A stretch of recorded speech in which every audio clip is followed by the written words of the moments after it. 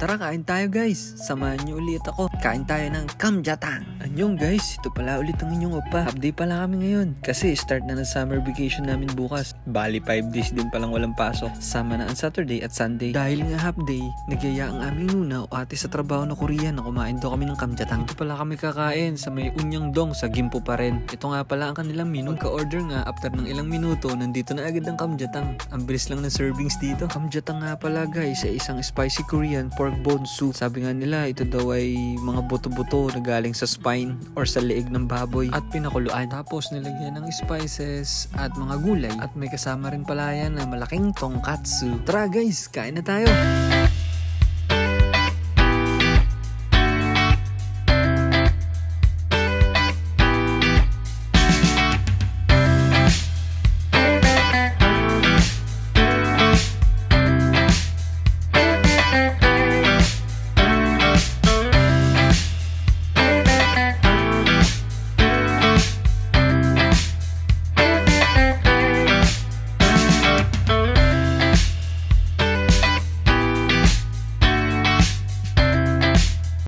Yan guys, makikita nyo ang lalaki ng buto, parang buto ng dinosaur. Pero kahit ganyan kalalaki yung buto, marami pa rin yung laman. Makikita nyo na makapal pa rin ang laman, malinamnam. Oh, makikita nyo, ang sarap oh. Pinakuluan ng matagal yan.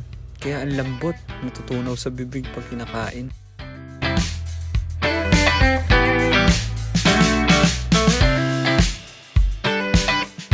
Tapos after namin kumain guys, pumunta pala kami sa may tabing coffee shop.